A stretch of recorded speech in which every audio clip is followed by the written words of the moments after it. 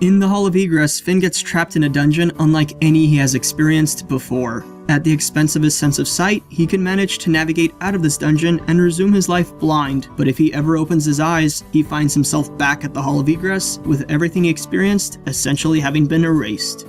Clearly, this episode has so much below the surface layer. It is packed with tons of thematic depth, symbolism, allegories, and the like. Are you ready to explore them? Before we begin, I have to prelude this explanatory analysis by saying there are multitudes of valid ways to interpret this episode, and this video will be my personal take at explaining what the episode was about. Who knows, after my thoughts have more time to ferment, I might heavily revise my current ideas, or even come up with brand new explanatory frameworks.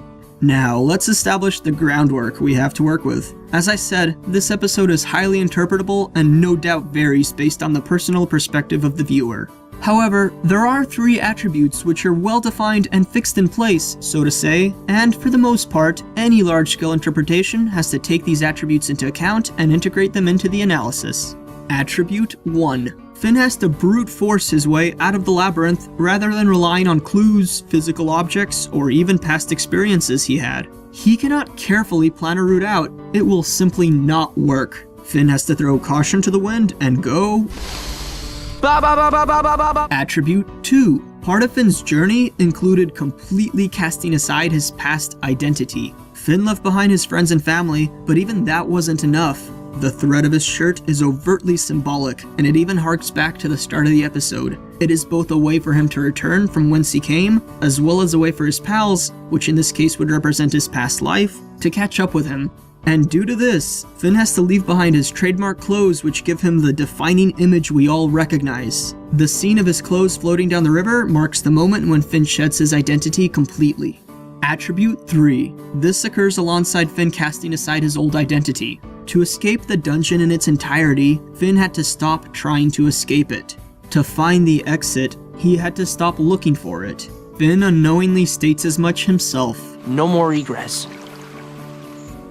Now that these 3 guidelines are established, let's start unweaving some potential allegories. I actually have an interpretation that relates specifically to Finn and the process of growing up, and this is my primary explanation for how this episode is contextualized with the rest of the Adventure Time series. But before we get there, I want to cover 2 more generalized mini-allegories I felt the episode might represent.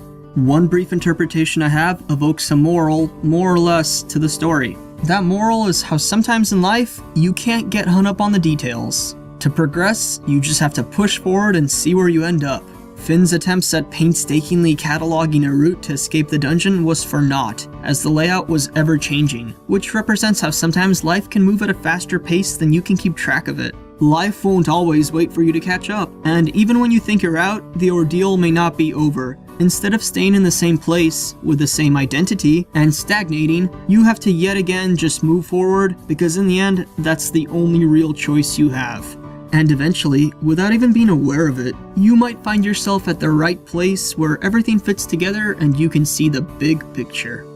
The second mini-allegory is in a similar vein, but more elaborate. This episode can also be a representation of the process of how to see things from a completely different perspective, a perspective that is entirely foreign to you. This encapsulates the symbolism of foresightlessness really well. You have to attain the ability to see things from a different perspective, but until then, you're actually in the dark about it. If you try to see, and I can't help but continuing to stress the word see here because it's so applicable, if you try to see from a different perspective before you've actually acquired it, you basically end up right at the start, back at your old perspective. That's represented by Finn continuing to return to the Hall of Egress when he opens his eyes prematurely. Something has to be different in how you process information. Finn says so himself. If I open them now, it'll just be the same. I gotta wait till something's different. And Finn realizes that something's different when the hatch that he used to be able to pass through can suddenly be felt. Finn is processing information differently. We all have certain ways of constructing our worldviews, and it can be incredibly hard to fight against the habitual manner in which our minds operate. Attempts at rationalizing and using facts and evidence to change a mental framework will often yield nothing. After all, the same evidence can often cause people to come to vastly different conclusions. This is symbolized by the first attribute, Finn being unable to think his way out of the dungeon. To take on a completely different perspective, we may have to force ourselves to temporarily cast aside our identity and what defines us. After all, those things are what led us to having our original perspective in the first place. This is attribute 2. Sometimes you just have to go along with something, despite not being sure where exactly you're heading. So you have to temporarily cast aside what you perceive as facts and truths, as well as casting aside the manner in which you process information, and simply exist and absorb what's around you. You can't force yourself into a different perspective, but through patience and osmosis, you may be able to acquire it and understand it. This is attribute 3. At the end of it all, you still come out as yourself and will likely view the world in similar terms, just as Finn did at the end of the episode. But now you've acquired the ability to understand and comprehend in a different manner, to see things in a different light. Everything stays, but changes ever so slightly. This is also where I want to bring up the statue of the snowman that sits on a pedestal in the middle of the room. Most viewers probably had the thought that this may have been the easy answer to exit the dungeon all along, that Finn never comprehended. The snowman is upside down, and the different components of the snowman can be lifted individually. They are not a single sculpted chunk of stone. There are also multiple shots in this episode that place an emphasis on the snowman's presence. It's almost like the maze is trying to tell me something. Something confusing. In universe, whether rearranging the snowman would have unlocked the hatch, or if the snowman was a complete red herring, remains an unknown, but I would prefer to think it indeed is representative of the obvious solution that many of us can't fathom. In the context of the allegory of seeing from a different perspective, all that needs to be done is to rearrange the foundation of how your thoughts are structured, but such a thing is often difficult to recognize and perform, and many of us often end up taking the difficult route. The final allegory relates to that good old coming-of-age story arc. The particular coming-of-age journey in the Hall of Egress, I argue, is one that's specifically about Finn beginning to transition away from his stage of adolescence. Our boy has entered puberty quite a few seasons ago, and now he is on the cusp of leaving, or egressing, out of it. Boys usually complete puberty around the age of 16 or 17, and as of the episode The Comet, Finn was 16 years old, so he is right in that age zone. Before we dive into the deep end, don't forget your floaties, let's look at the definitions of egress again. Princess Bubblegum most succinctly summarizes egress as Exit. But more detailed versions include the act or instance of going, especially from an enclosed place, a means or place of going out, an exit, the right or permission to go out, and in astronomy, immersion. Wait, what was that last one? That one sticks out like a sore thumb from the rest. Immersion, also called egress. In astronomy, it means the emergence of a heavenly body from an eclipse, occultation, or transit. Now this paints a cool symbolic image when you tie it into the stage of puberty I was discussing earlier. At the start of Adventure Time, Finn was a young hero in training who wore his heart on his sleeve. He was simple, easy to read, and a young lad brimming with potential. And then the full brunt of puberty hits, and Finn begins to change and grow. At times he's a bit pathetic, at times he's manipulative and inconsiderate, at times he succumbs to self-doubt, and as he grows and learns more about himself and his place in life, he has periods of depression, angst, and confusion. Finn is experiencing the many aspects of being a teenager and learning to cope with grief and regret. And many people succinctly summarize this period of Adventure Time as emotionally dark. And that's how it ties into the egression imagery. When an eclipse, occultation, or transit occurs, an object is blocked by something, either partially or completely depending on which event we're describing. Finn's metaphorical light was obscured during his stage of puberty when Finn was dealing with some self-destructive aspects of himself. I don't think I need to reference 80s pop music to convince people that an eclipse is typically associated or is a symbol for dark times in one's life. So the point is, an egress in astronomical terms marks the ending stage of an eclipse or occultation, the ending of obfuscation. Finn is in the process of transitioning out of puberty. I would say he started the egress back when he embraced life in the episode The Comet. This episode is an allegorical representation that our hero is moving beyond his stage of adolescence and becoming an adult. So let's now tie the three attributes I've outlined previously into this allegory of egression from adolescence.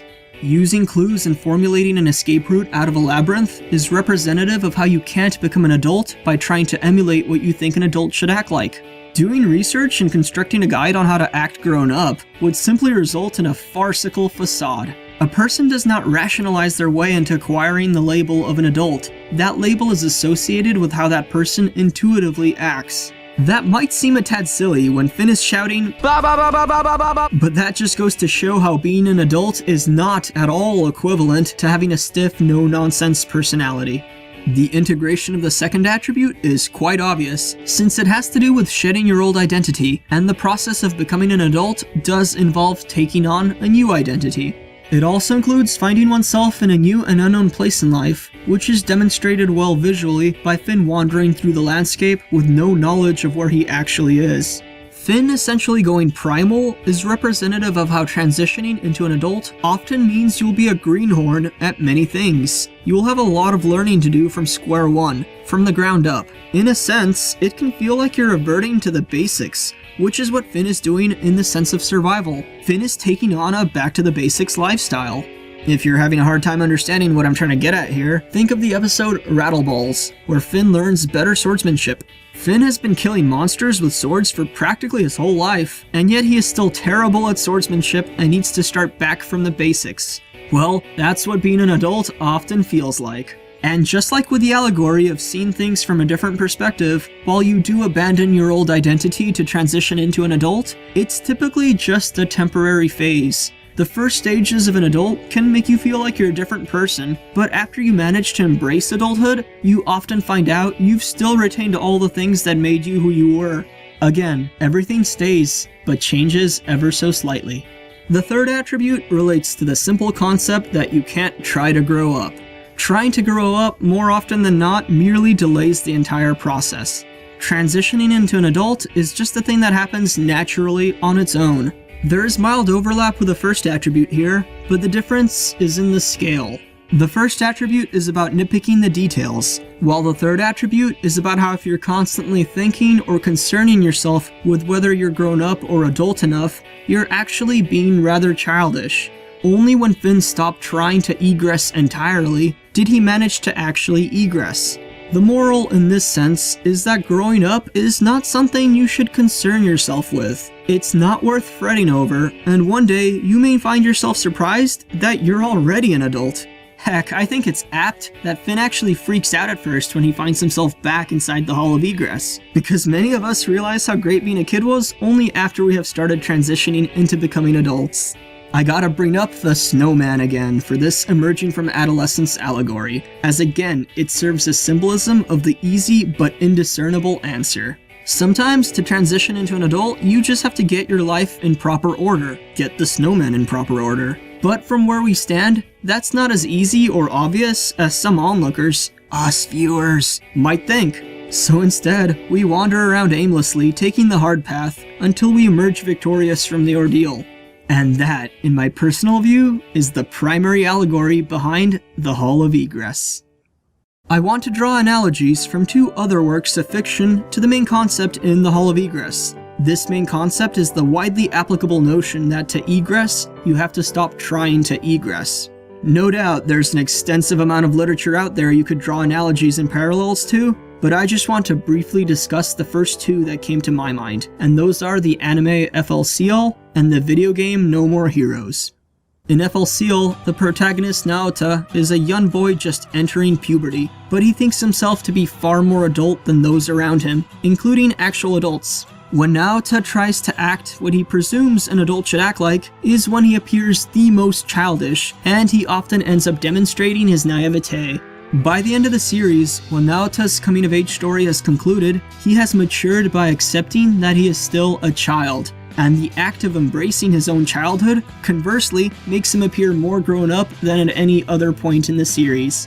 FLCL is a prime example of how an individual can't force themselves into adulthood even if they feel trapped as a child, which is directly equivalent to the third allegory I described earlier. In the game No More Heroes, the concept of egress is subverted in a rather unique manner. If you're familiar with the game, you may remember that the term paradise is often used in a manner such as, Then let's find that exit they call paradise. Paradise in this game is death.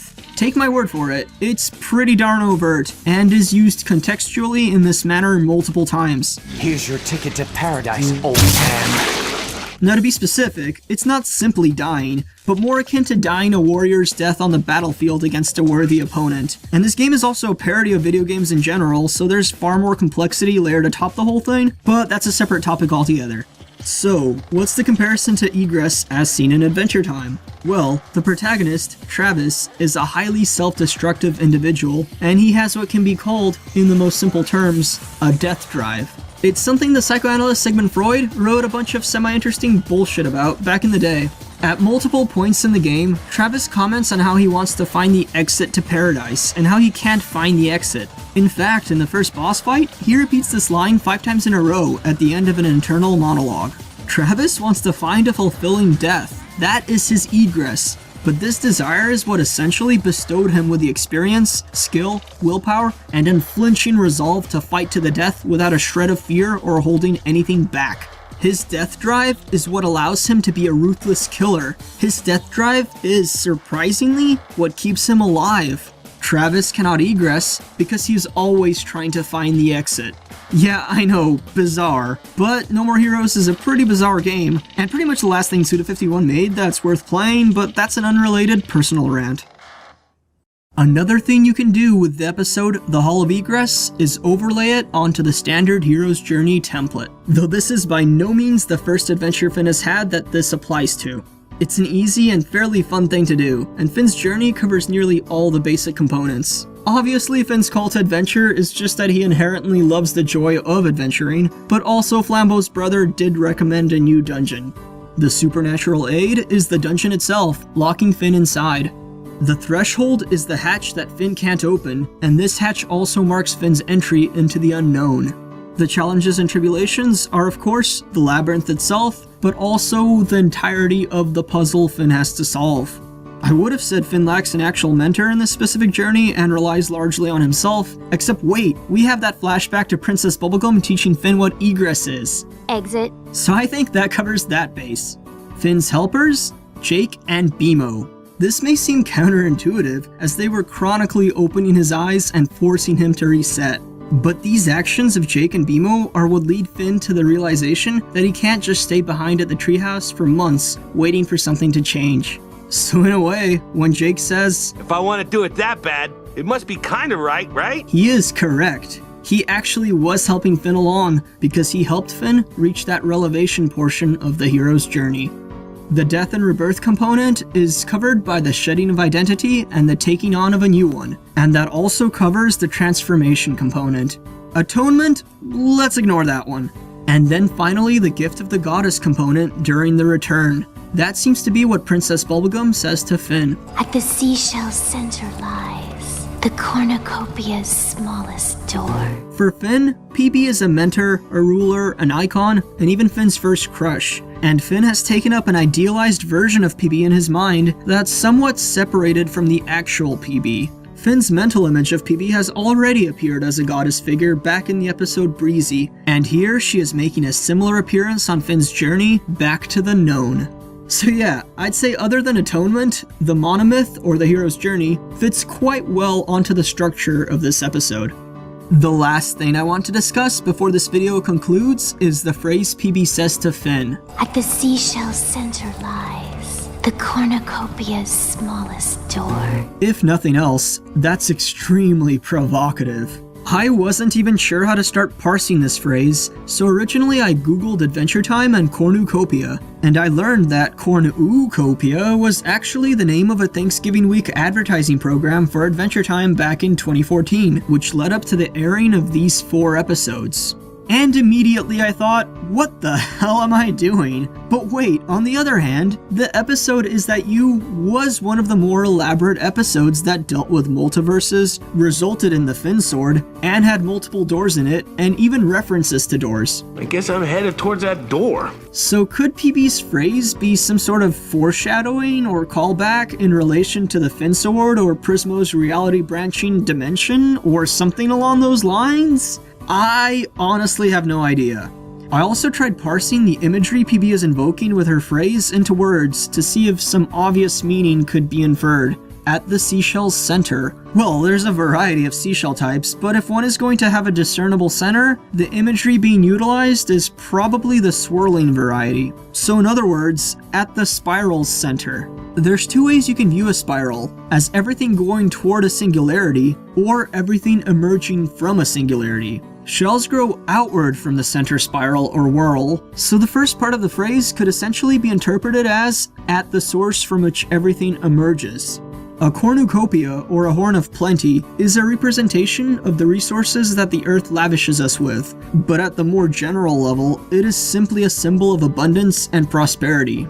Doors typically represent transition, so putting that all together, the smallest transition of great abundance is at the center of everything? I don't know. This end phrase is still super duper vague and rather inane, so I pretty much got nothing here. If you've got some awesome interpretations of PB's phrase, please share them because I am stuck. And with me being unable to egress here, this marks the end of my analysis. I hope you've enjoyed listening and have formulated your own ideas about what this amazing episode was all about, and it would be even more fun if you have ideas completely opposite or contrasting to my own, and I would especially love to read those. If you'd like to hear my general thoughts on the episode without any of this heavy-duty analysis, you can check out my review. Thanks for watching.